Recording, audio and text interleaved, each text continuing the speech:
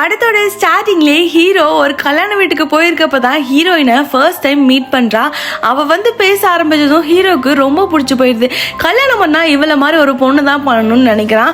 இப்படியே கொஞ்ச நாள் போகுது. திடீர்னு ஒரு நாள் அவங்க அப்பா கூப்பிட்டு உனக்கு ஒரு பொண்ணு பார்த்துருக்கோம், வாட்ஸ்அப்பில் ஃபோட்டோ அனுப்பியிருக்கேன் பாரு அப்படி சொன்னதும் ஹீரோ அந்த எந்த பொண்ணுக்கிட்ட கல்யாணத்தில் பேசினானோ அதே பொண்ணு தான். அவ்வளோதான், ஹீரோ ட்ரீம்லேயே தல தீபாவளி வரைக்கும் கொண்டாட ஆரம்பிச்சிடுறான்.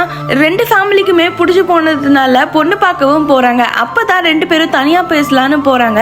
ஹீரோ பேசவே மாட்டேங்க, ஹீரோயின் தான் எல்லாத்தையும் பேசிகிட்டு இருக்கா. அப்படி ஹீரோயின் பேசிகிட்டு இருக்கப்ப திடீர்னு அவளோட எக்ஸ் லவ் ஸ்டோரியை பற்றி சொல்லவும் ஹீரோ என்ன நினச்சான்னு தெரில, அங்கேருந்து எதுவுமே பேசாமல் போயிடுறான். ஹீரோக்கு இந்த மாதிரி எக்ஸ் பாய் ஃப்ரெண்ட் இருக்க பொண்ணுகள் எல்லாம் கல்யாணம் பண்ணுறதுக்கு சுத்தமாக விருப்பமே இல்லை.